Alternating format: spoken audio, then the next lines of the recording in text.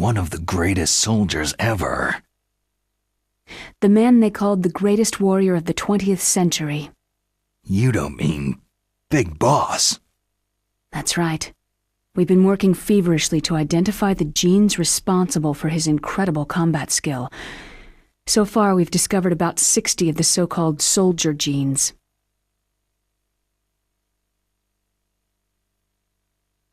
So his body was recovered after all. Yes, and his cells have remained frozen in a cryochamber. His genetic information is a priceless treasure to mankind. Priceless to the military, perhaps. His body was burned severely, but it was possible to restore his DNA profile from just a single strand of his hair. Oh, heck, it's like some kind of dinosaur theme park. And you're gonna put these genes into soldiers? Yes.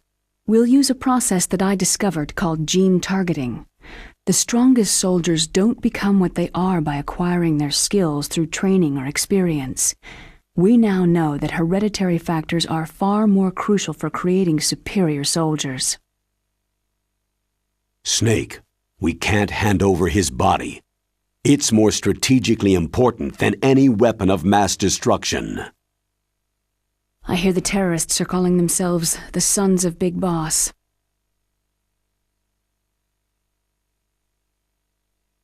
The Sons of Big Boss. Tell me about these next-generation special forces. They started out as an anti-terrorist special ops unit, made up of former members of biochem units, technical escort units, and the nuclear emergency search team. Their purpose was to respond to threats involving next-generation weapons of mass destruction, including NBC weapons.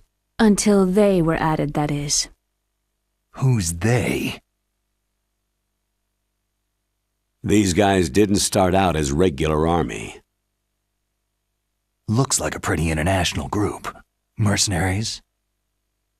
Yeah, and it gets worse. Most of them were from a merc agency that I think you're familiar with. They were part of Big Boss's private guard. And after Big Boss went down, the military just bought out all their contracts.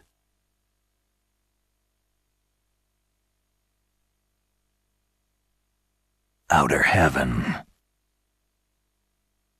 After that, they were merged with our own VR unit Force 21 and retrained.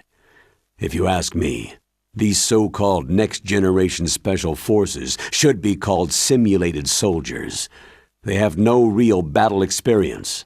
Soldiers of the video game generation, huh? Don't forget they've all been strengthened with gene therapy. They carry genes which make them excellent soldiers. Don't get careless just because they don't have much experience. I thought international law banned the military use of genetic therapy. Yes, but those are just declarations, not actual treaties. The interesting thing is that nearly every member of the unit conspired in this attack. How can an entire unit be subverted to rebellion? They're calling it a revolution. Since they all went through the same gene therapy, they probably felt closer than brothers. They see the unit as their only family. The Sons of Big Boss.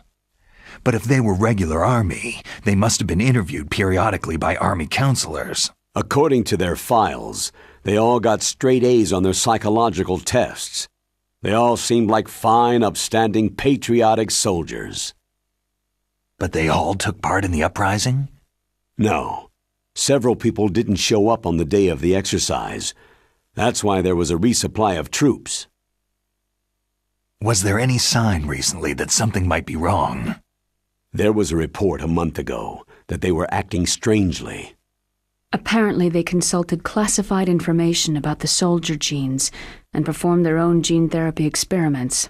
They can do that, even without you?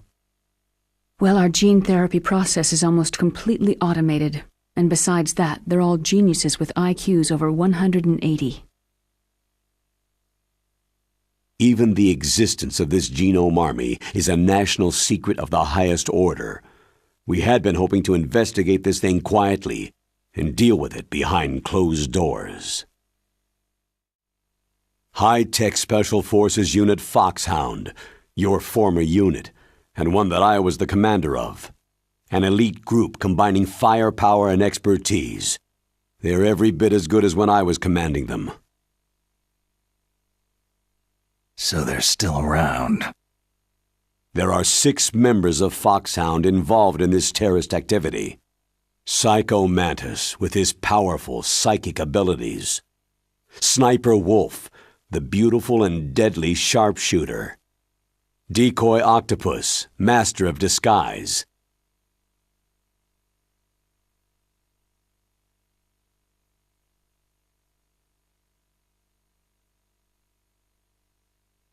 Vulcan Raven, giant and shaman. And Revolver Ocelot, specialist in interrogation and a formidable gunfighter. Sounds like a bunch of cartoon characters. And finally, in charge of them, Foxhound Squad Leader, Liquid Snake. Liquid Snake? Yes, and you're the only person who can stand against him. Liquid Snake? Liquid Snake, the man who shares your code name, the solid versus the liquid.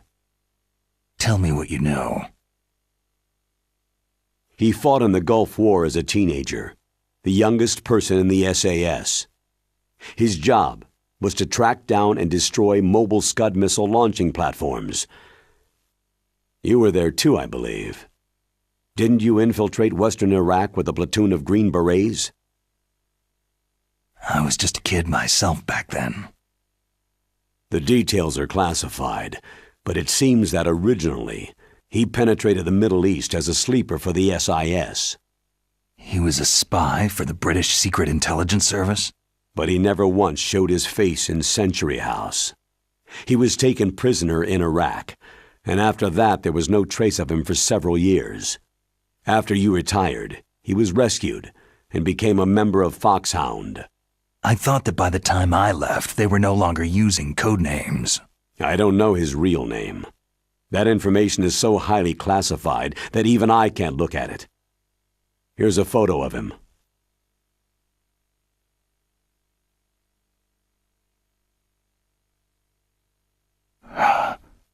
Pretty shocking, huh?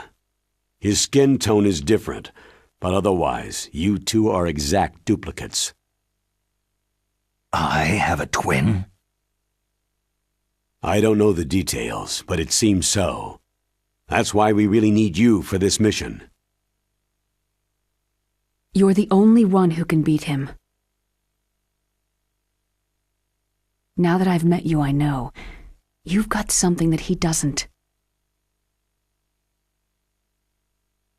Why don't I find that thought more comforting?